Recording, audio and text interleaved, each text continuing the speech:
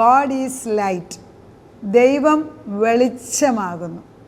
ദൈവം വെളിച്ചമാകുന്നെന്ന് കേൾക്കുമ്പോഴേ നമുക്ക് വെളിച്ചത്തിൻ്റെ ഒരു സന്തോഷം വരും. God is light.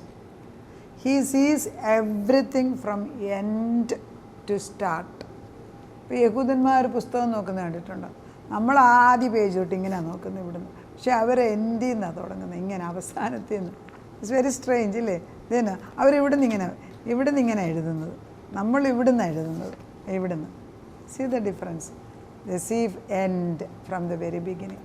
ദൈവം അവസാനം കണ്ടിട്ടാണ് ആദ്യം തുടങ്ങുന്നത്. നമ്മളെപ്പോഴും ചിന്തിച്ചിട്ടുണ്ട്, നമ്മൾ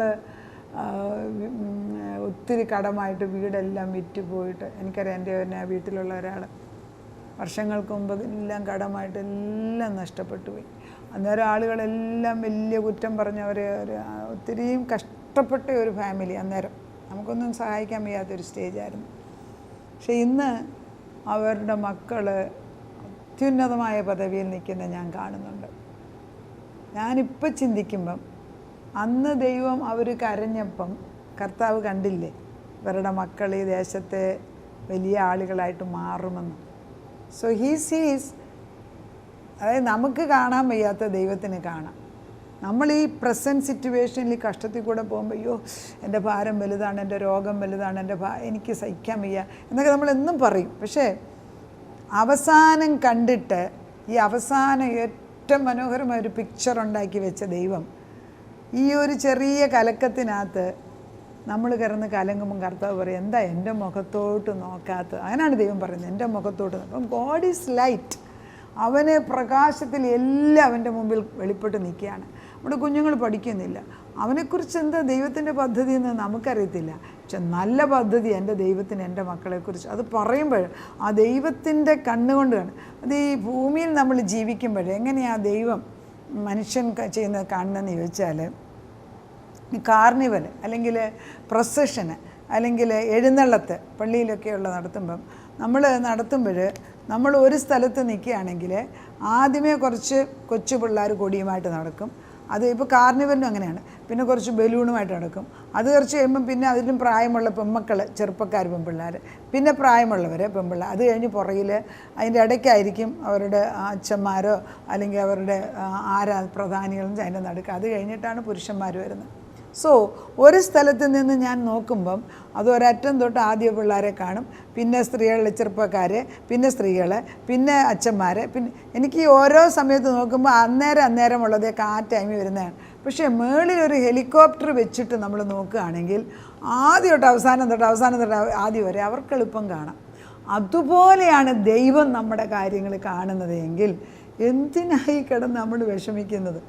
ഞാൻ വിചാരിക്കുക എല്ലാ ദിവസവും ആരെങ്കിലും നമ്മളിത് ഓർപ്പിച്ചാൽ കൊള്ളാമെന്ന്, എന്നെ ഉൾപ്പെടെ ഞാനീ പറയുന്നത്. Every day I should be remind.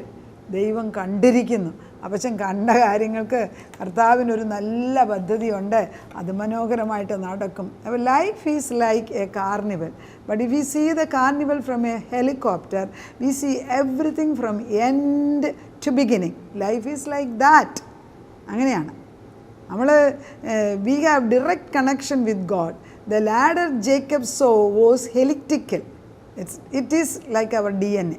അതായത് നമ്മൾ ദൈവവുമായിട്ടുള്ള കണക്ഷൻ നമുക്കുണ്ട്. ആ ദൈവമായിട്ടുള്ള കണക്ഷൻ ദൈവം നമുക്ക് സ്ഥിരപ്പെടുത്തിയിട്ടാണ് നമ്മളെ മുൻനിയമിച്ചവരാണ് നമ്മൾ വിട്ടിരിക്കുന്നത്. അപ്പം ദൈവത്തിന് നമ്മുടെ അവസാനം വരെ എന്താണെന്നുള്ളത് വ്യക്തമായിട്ട് അറിയാവുന്ന ദൈവം നമ്മളെ നോക്കി ചിരിക്കുന്നുണ്ട്. പക്ഷെ നമ്മൾ ഇന്നത്തെ ഭാരം ഓർത്ത് ചിരിക്കാനും ഒക്കുന്നില്ല, നമുക്കൊന്ന് നൂറ് നടക്കാനും ഒക്കുന്നില്ല. എത്രയോ പ്രാർത്ഥനാ കൂട്ടത്തിൽ വരുന്ന എത്രയോ പേർക്ക്, ഞാൻ പറയുന്നത് ഒരു 60% പേർക്കും രോഗങ്ങളാണ്. അവരോടൊക്കെ പറഞ്ഞ് എങ്ങനെ മനസ്സിലാക്കണമെന്ന് ചിലപ്പോൾ ഞാനും ചിന്തിക്കും. എല്ലാവർക്കും രോഗമാണ്. നടുവേദന, പുറത്ത് വേദന, കറുത്ത് വേദന, ഇരിക്കാൻ വയ്യ, പുരുഷന്മാരുൾപ്പെടെ എല്ലാ രോഗമുണ്ട്. But is it really need? നമ്മുടെയൊന്നും ഭവനത്തിൽ ആ ഹെലിക്റ്റിക്കൽ, അതായത് ദൈവത്തിൻ്റെ ആ യാക്കോബിൻ്റെ ഗോവേണി വെച്ചിട്ടില്ലേ? ആ ഗോവേണി കൂടെ ദൈവദൂതന്മാർ നമ്മുടെ പ്രെയർ റിക്വസ്റ്റ് മുകളിലോട്ട് കൊണ്ടുപോയിട്ട് ഉടനെ ഉത്തരം കൊണ്ടു തരുന്നില്ലേ? Have you not seen it? അതുണ്ടോ? ഇല്ലെങ്കിൽ സ്ഥാപിക്കണം. അപ്പം ഈ നമ്മുടെ DNA ഒരു ഹെലിക്റ്റിക്കലാണ്. അത് ഹെലിക്റ്റിക്കൽ എന്ന് പറയുമ്പം ഒരു നേർ വഴിയായിട്ട് ചുറ്റും ഇങ്ങനെ വളഞ്ഞ് ഒരു ലാഡർ പോലെ നമ്മൾ ചിന്തിക്കുക, അത് ഹെലിക്റ്റിക്കലാണ്. അപ്പം DNA ഈസ് ഹെലിക്റ്റിക്കൽ. അത് സ്വർഗം വരെ എത്താനും മാത്രം നീളം കാണുമായിരിക്കും, എനിക്കറിഞ്ഞുകൂടാ. ദെൻ ദൈവവുമായിട്ടുള്ള എൻ്റെ ബന്ധം അങ്ങനെയാണ്. ഞാനും ദൈവവുമായിട്ടുള്ളത് എനിക്ക് വേണ്ടി മാത്രം ഒരു ഗോവേണി ഇവിടെ ഉണ്ട്. ആ ദൈവവുമായിട്ടുള്ള ബന്ധത്തിലാണ് ഞാൻ നിങ്ങളോട് സംസാരിക്കുന്നതെങ്കിൽ ഈ വചനം വന്ന് കൊള്ളുമ്പോൾ അതിൻ്റെ അതിശയം നിങ്ങളുടെ മേൽ വീഴും. അത് വീഴാതിരിക്കാനൊക്കത്തില്ല. Because I am not talking, ഞാൻ എൻ്റെ ശബ്ദം ഉപയോഗിക്കുന്നു, പക്ഷേ I am saying all what Jesus said and did. ദൈവം ചെയ്തത് മാത്രമേ ഞാൻ വിളിച്ചു പറയുന്നുള്ളൂ. അപ്പോൾ പിന്നെ ദൈവമല്ലേ പറയുന്നത്, എൻ്റെ ശബ്ദം ഉപയോഗിക്കുന്നു. We are just like a conducting pipe എന്ന് പറയാം, സ്വർഗത്തിലെ കാര്യങ്ങൾ വിളിച്ചു പറയുന്ന മക്കൾ. അപ്പോൾ വി ഹാവ്, നമുക്ക് ഒരു സമയത്ത് 2 സ്ഥലത്തിരിക്കാൻ നോക്കും. അതെങ്ങനെയാണ്? അതായത് ഞാനിപ്പോൾ ഇവിടെ ഇരുന്നുകൊണ്ട് സ്വർഗത്തിൻ്റെ കാര്യമാണ് വിളിച്ചു പറയുന്നത്, വേദപുസ്തകത്തിൽ എഴുതിയത് തന്നെയാണ്. പക്ഷേ in spirit I am in heaven. അത് എങ്ങനെ എക്സ്പ്ലെയിൻ ചെയ്യണമെന്ന് ചോദിച്ചാൽ, if I believe the finished work of Jesus, അതായത് ക്രിസ്തു ചെയ്ത് തീർത്ത സകല പ്രവൃത്തികളിലും ഞാൻ വിശ്വസിച്ച് കഴിഞ്ഞു എങ്കിൽ I can B present in 2 places. ഒന്ന്, എൻ്റെ ആത്മാവ് ഇപ്പോൾ സ്വർഗത്തിലുണ്ട്, എൻ്റെ ശരീരം ഇവിടെയുണ്ട്, പരിശുദ്ധാത്മാവ് എന്നിലുണ്ട്. അപ്പോൾ എനിക്കൊരു ജീവനുണ്ട് ഇവിടെ. പക്ഷെ എൻ്റെ ആത്മാവിന് അല്ല എനിക്ക് എൻ്റെ ചിന്തകൾക്ക് സ്വർഗത്തിൽ ചെല്ലാൻ ഒരു തടസ്സവും ഇല്ല. So I am in 2 place. I am sitting here but I am really visualizing everything in heaven and telling it to you. That's all what I am doing. ഇപ്പോൾ സ്വർഗത്തിൽ എനിക്കിപ്പോൾ ചെല്ലാൻ ഒക്കുമെന്ന് ചോദിച്ചാൽ അവിടെ ഒരു സത്യം മനസ്സിലാക്കേണ്ടത്, ഇപ്പോൾ എൻ്റെ അമ്മയും അപ്പനും ഒക്കെ മരിച്ചുപോയി. ഒരുപക്ഷെ അവരെന്നെ അവിടെ കാണുമോ? Because in spirit I am there. Spirit കാണുമല്ല, these are things to remember and think about. നമ്മളെ അവിടെ കാണുമെങ്കിൽ അവിടെ കാണുന്ന എപ്പോഴാന്ന് പറയാം, ദൈവം ചെയ്ത പ്രവൃത്തി പൂർത്തീകരിച്ചു എന്ന് ഞാൻ വിശ്വസിക്കുന്നു എങ്കിൽ തീർത്ത ജോലി എനിക്ക് കാണാനൊക്കും. I can be here. അത് നമ്മളിപ്പം അത് ലോകപ്രകാരമായിട്ട് പറയാമെങ്കിൽ നമുക്ക് ഭാര്യയും ഭർത്താക്കുമ്പോൾ ഒത്തിരി അടുപ്പമുണ്ടെന്നിരിക്കട്ടെ, ഭർത്താവ് ദൂരെയാണെങ്കിലും ആ വൈബ്രേഷൻ നമുക്കറിയാൻ നോക്കും.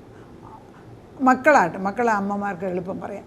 ഇപ്പോൾ അമ്മമാർ മക്കൾക്ക് എന്തെങ്കിലും പ്രയാസം അമേരിക്ക നടന്നാലും നമുക്കിവിടെ അറിയാം.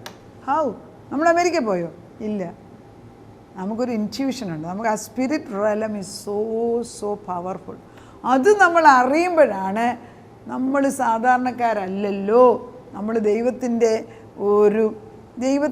ഒരു part and parcel of God അല്ലേ.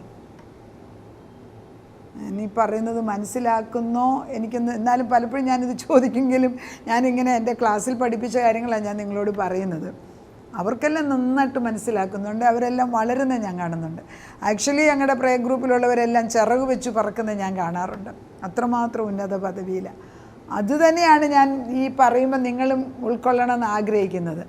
നമ്മളും ചിറക് വെച്ച് സ്വർഗത്തിലെ അപ്പച്ചൻ്റെ അടുക്കൽ ചെന്ന് കാര്യങ്ങൾ നേടി ഭൂമിയിലേക്ക്, അതായത് പ്രാർത്ഥിക്കുന്ന ഒരു ചെറിയ പ്രാർത്ഥന, സ്വർഗസ്ഥനായ ഞങ്ങളുടെ പിതാവേ നിൻ്റെ നാമം പൂജിതമാണ്, നിൻ്റെ രാജ്യം സ്വർഗത്തിലെ പോലെ ഭൂമിയിൽ. അപ്പോൾ സ്വർഗരാജ്യം കൊണ്ടുവരണമെങ്കിൽ സ്വർഗത്തിൽ കയറി കാണണ്ടേ.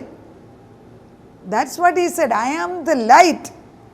ഈ എൻ്റെ വെളിച്ചം നിങ്ങളിൽ വന്നാൽ, if I see the light I can see everything. ദൈവത്തിൻ്റെ വെളിച്ചമാണ് എന്നിലുള്ളത് എങ്കിൽ പാസ്റ്റ് പ്രസൻറ്റ് ഫ്യൂച്ചർ എനിക്ക് വരുന്നില്ല. Everything can be seen quick right now. അപ്പോൾ ദൈവത്തിൻ്റെ കണ്ണുകൾ കൊണ്ട് കാണുന്ന പോലെ കാണുന്നു എങ്കിൽ ഈ ലോകത്തിലെ വലിയ കാര്യങ്ങളൊന്നും വലിയ പ്രശ്നമൊന്നും അല്ല, വലിയ പ്രശ്നമല്ല, വലിയ സുഖമൊന്നും അല്ല. Let us B concentrating more on the God of the living God. ദൈവത്തിൽ ആശ്രയിക്കുക. അതുകൊണ്ടാണ് ക്രിസ്മസ് വളരെ പ്രധാനമായിട്ട് പറയാണ്. ക്രിസ്മസ് മെസ്സേജ് വേറെ പറയാൻ ഞാൻ ആഗ്രഹിക്കും. അതുകൊണ്ടാണ് യോഹന്നാൻ്റെ സുവിശേഷം 1:4 വളരെ പ്രധാനമാണ്. അവനിൽ ക്രിസ്തുവിൽ ജീവനുണ്ടായിരുന്നു, ജീവൻ മനുഷ്യരുടെ വെളിച്ചമായിരുന്നു.